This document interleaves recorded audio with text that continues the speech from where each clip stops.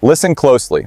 I am about to pull back the curtain on a truth that absolutely no one on CNN, no one on Fox News, and no one walking the marble halls of Washington, Tel Aviv, or Tehran wants you to fully grasp.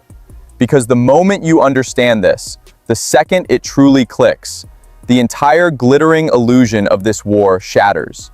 This grand, televised clash of civilizations, this supposedly righteous moral crusade against nuclear evil, collapses instantly, like a fragile house of cards caught in a hurricane.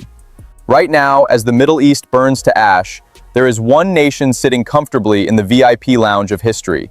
They are quietly watching the inferno, smiling in the shadows, refilling their glass, and accumulating vast, unprecedented wealth by the second. And it is not America, it is not Israel, and it is most certainly not Iran.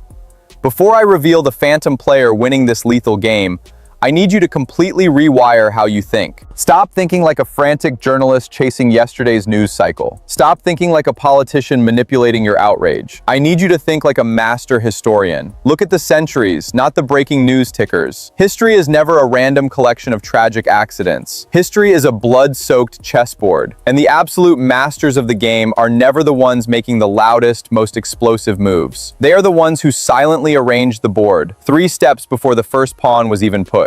I have spent over 2 decades obsessively dissecting geopolitics. I have lived in the heart of China. I have scrutinized the United States from its innermost sanctums to its farthest edges. I know exactly how cornered empires lash out when they smell their own mortality. And I know how hungry rising powers circle when they smell blood in the water. Let me be brutally clear. What is exploding across the Middle East right now is not a war about nuclear weapons. It is not a righteous crusade against terrorism. It isn't even truly about the survival or security of Israel. Those are just the theatrical costumes this conflict has been dressed up in. What you are witnessing is the final, desperate, hyper-violent thrashing of a declining global empire, fighting to maintain a stranglehold on the singular lifeblood of its entire financial system, global energy flows. Cast your mind into the absolute inferno of February 28, 2026. The United States and Israel unleashed hell, launching nearly 900 devastating strikes in a span of just 12 hours. They vaporized the supreme leader of Iran. They hunted down and assassinated top-tier generals. They obliterated nuclear sites, hollowed out missile facilities, and reduced military infrastructure to glowing craters. The sheer, terrifying scale of the bombardment possessed twice the raw firepower of the infamous shock and awe campaign in Iraq back in 2003. Twice the destruction. And yet, look at where we stand today. The Iranian regime has not crumbled. The vital Strait of Hormuz is locked in a chokehold.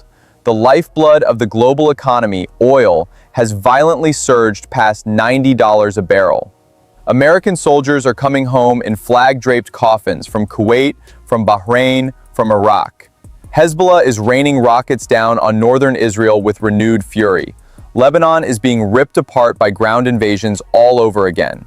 And the United States of America, the supposed unipolar hegemon of the world, cannot rally a single major global ally to stand by its side in the rubble. So, ask yourself the most dangerous question in the world. Who actually benefits? Set aside your emotions, strip away your ideology. Look at the board with ice-cold, predatory eyes. Who benefits structurally, financially, and strategically from this apocalyptic mess? The compass needle spins frantically, but it locks onto only one coordinate: Beijing. China is completely absent from this war. Beijing has not fired a single bullet. They have not deployed a single soldier to the dunes. They have not even raised their voices above a polite murmur in the chambers of the United Nations. And yet, China is winning this global war more decisively, more absolutely, than any military commander standing on the battlefield. Let me dissect this masterclass in silent warfare for you, layer by agonizing layer. The first layer of this grand deception is energy. For decades, China's Achilles heel was its insatiable thirst for foreign oil. They are the world's largest importer. The classic American grand strategy was simple. If America controls the Persian Gulf, if America commands the sea lanes, if America can squeeze the jugular of the Strait of Hormuz, they hold the power to suffocate the Chinese economy at will. But watch the board flip.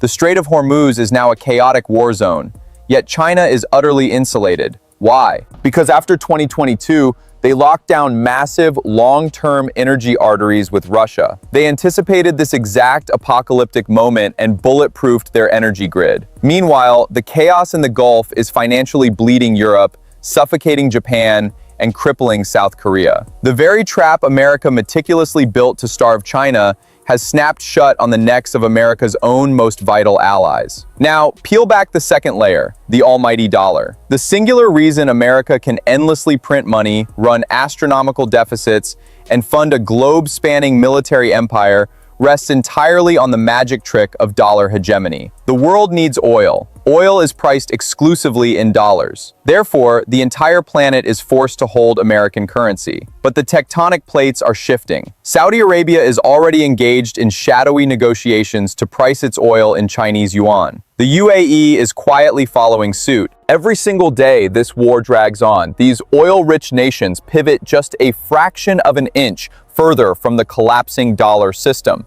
and a fraction of an inch closer to Beijing's waiting arms. This war was meant to project supreme American power. Instead, it is a demolition derby destroying the very financial foundations of that power. The third layer exposes a fatal divergence: technology and the war machine. America is currently incinerating billions of dollars every week. They are burning cash on Tomahawk missiles and aircraft carriers. What is China doing with its billions? They are pouring it into next-generation semiconductors, electric vehicles, and artificial intelligence. Every time America fires a cruise missile into the Iranian desert, $1 million vanishes into smoke. China takes that exact same million and builds a port, a railway, or a data center that will generate wealth and loyalty for the next century. America is fiercely investing in destruction. China is ruthlessly investing in construction. The fourth layer is the battle for the mind, soft power. Look at the optics through the eyes of the rest of the planet. Just days before America launched this catastrophic strike, a diplomatic solution was inches away. Iran had agreed to oversight, and America pulled the trigger anyway. In the eyes of the global South, Latin America, Africa, and the Muslim world, America just validated every dark suspicion levied against them for the past 50 years. China, conversely, glides onto the stage draped in the robes of the peacemaker. With every bomb America drops, China's doctrine of non-interference looks like paradise to the developing world. Then we reach the fifth layer, the climax of this geopolitical thriller: Taiwan. Every single aircraft carrier, every stealth F-35, every Patriot missile battery that America is desperately burning in the Middle East right now is a piece of armor stripped away from the Pacific. Beijing is watching with hawk-like intensity. They are mapping exactly how American air defense grids buckle. They are hunting for the cracks in the armor. If there was ever a countdown clock ticking in Beijing regarding Taiwan, you can be absolutely certain they are recalibrating that timer right now, while America is bleeding in the sand. Here is the golden rule of the grand game. You don't need to be invincible everywhere. You only need to be invincible exactly where and when it matters. Right now, China is fiercely hoarding its stamina, while America is bleeding out from 1,000 self-inflicted cuts. But we must strip away the grand strategy for a moment. There is real blood on the board. Right now, there are children in Iran, crushed beneath the rubble of these strikes. Over 24,000 human beings are lying wounded. In Israel, families are huddled in suffocating bomb shelters. In America, mothers are receiving folded flags in exchange for the lives of their sons. Lebanon is being violently ripped apart for the third time in a single generation. This is real suffering. And suspended above all of this carnage, sitting in pristine, climate-controlled offices in Beijing and sleek boardrooms in Shanghai, executives and strategists are calmly doing the math. They are signing the contracts. They are flowing like water into the massive geopolitical vacuums that American bombs leave behind. That is the freezing, unsentimental, terrifying reality of great power competition. So I leave you with the final, most haunting question of all. When the smoke finally clears, what exact world will we have built? If America stumbles out of the ash claiming victory, but has detonated another $3 trillion, fast-tracked the death of its own currency, and handed China the keys to the developing world, can you really call that that a victory? If Iran is bombed back into the Stone Age, yet its radical ideology goes instantly viral among millions of angry youths, was the idea of Iran truly defeated? If Israel secures temporary dominance through sheer firepower, but wakes up to find itself globally exiled and its singular superpower ally hollowed out, is that a win? Meanwhile, China did not fire a single bullet. China did not lose a single son. China just smiled, signed the trade agreements, built the roads, watched, learned, and waited. That isn't heroism. That isn't morality. That is apex predator strategy. Whether you admire it, fear it, or absolutely loathe it, you had better wake up and understand it. Because understanding this shadow game is the only way any of us can begin to ask the real question. Not who wins this war today, but who gets to rule the world for the next 100 years.